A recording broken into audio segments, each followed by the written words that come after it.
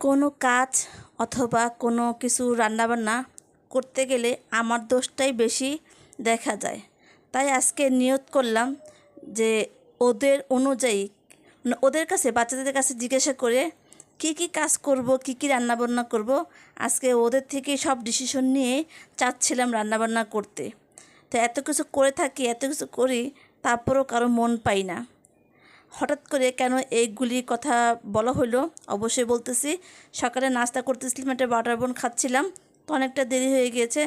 যাই হোক, একটু নাস্তা করে তারপর রান্নাবান্না করব। রান্নাঘরে চলে আসলাম, আর এই তো ভাতের চালটা ধুয়ে রেখে দিব। এখন রান্না করব না, পরে রান্না করব। আমি আগের থেকেই চালটা ধুয়ে রেখে দিই, কারণ পরবর্তীতে না মানে ভাতটা খুব সুন্দর হয়, ঝরঝরা হয়। তো আজকে বাচ্চাদের কাছে জিজ্ঞাসা করে নিলাম যে আজকে কি রান্না করব, কি করব বলো, তো বলে দাও। তো আমার বাচ্চারা খুবই হাসাহাসি করতেছিল। আমি বললাম যে হাসাহাসি করে কোনো লাভ নাই, বলো কি রান্না করব। তো ঘরে যা কিছু আসলো তাই সেটাই বলেছিলাম বাচ্চাদেরকে। তো একজন বলে ইলিশ মাছ বোনা করো, একজন বলে এটা চাল কুমড়ো দিয়ে ইলিশ মাছ রান্না করো। তা আমি বললাম তোমরা ভালো করে ডিসিশন নাও কী রান্না করব। তারপরে যাক, সবার ডিসিশন হলো যে চাল কুমড়ো দিয়ে ইলিশ মাছটাই একটু ঝোল করে রান্না করো। এই তো ওদের মানে আমার বাচ্চাদের অনুযায়ী আজকে রান্নাটা করতেছি। আর রান্নাটা মানে যে চাল কুমড়োতে কাটতেছি, আমি দেখাচ্ছিলাম যে চাল কুমড়োর মধ্যে মানে ছোট ছোট আঁশ আছে, মানে ধারালো মানে আমার হাতের মধ্যে যা বিঁধতেছিল, এই জন্য দেখাইলাম। তো আমার কাছেও ভালো লাগে চাল কুমড়া দিয়ে ইলিশ মাছ দিয়ে রান্না করতে, ভালো লাগে খেতে। তো আজকে বললাম বাচ্চাদেরকে, আজকে তো কোনো মুরগি টুরগি নাই বা কোনো মাংস নাই, কী রান্না করা যায়, ঘরে তো পোয়া মাছ আছে, তেলাপিয়া মাছ আছে, ইলিশ মাছ আছে। তো বাচ্চারা ডিসিশন নিল যে ইলিশ মাছটাই রান্না করো। তো আমি তো জানি ওরা ইলিশ মাছ চিংড়ি মাছ ছাড়া কোনো মাছই খেতে চায় না তেমন একটা। তো যাই হোক, রান্নাবান্নার জন্য সব প্রিপারেশন নিচ্ছিলাম। তো ছেলে বলল আম্মু একটু ক্ষুধা লেগেছে। তো আমি কাটাকুটি বাদ দিয়ে ছেলের জন্য একটু পেয়ারা কেটে দিতেছি। আর একটা পেঁপে নিয়ে আসছিলাম, এর আগে ভিডিওতে দেখাইছিলাম। তো পেঁপেটা একটু কেটে দিব। তো দুই মেয়ে এখন সকালবেলা যাওয়ার সময় জিজ্ঞাসা করে নিয়েছিলাম কী রান্না করব।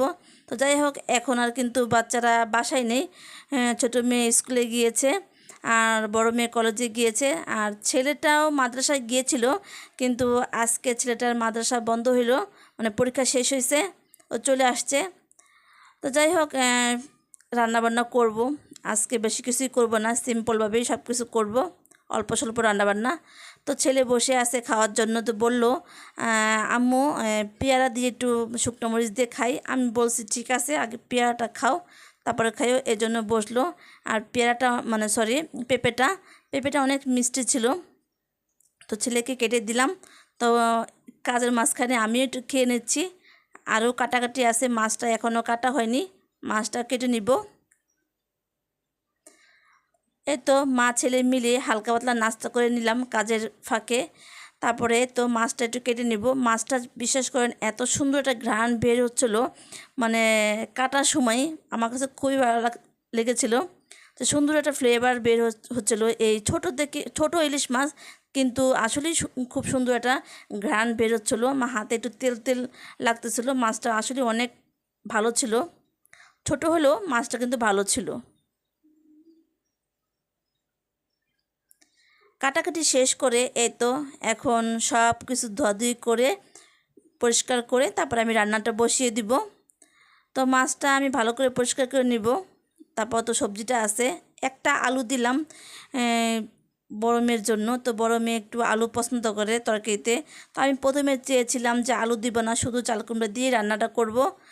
তো পরবর্তীতে চিন্তা করলাম যদি চিল্লাচিল্লি করে যে আম্মু কেন তুমি একটা আলু দিলা না।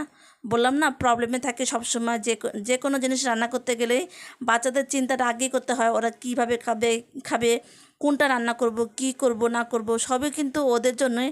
আসলে সত্যি সত্যি কি, রান্নাবান্না তো সব কিছু বাচ্চাদের জন্যই। যদি ওরা পছন্দ করে না খায় তাহলে কি আর করার বলেন।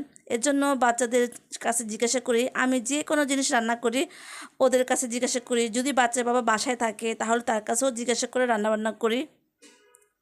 আসলে আমার আবু ভাইয়া আঙ্কেল আন্টিরা প্রায় সময় আমি ভিডিওতে বলে থাকি যে আমি অনেক সময় কিন্তু একটা তরকারি রান্না করি, তেমনটা ভাজিটাজিও করি না, কারণ আমার বাচ্চারা ছোটো ছোটো তো ওরা তেমনটা খেতে চায় না, অল্প পরিমাণে খাবার খায়।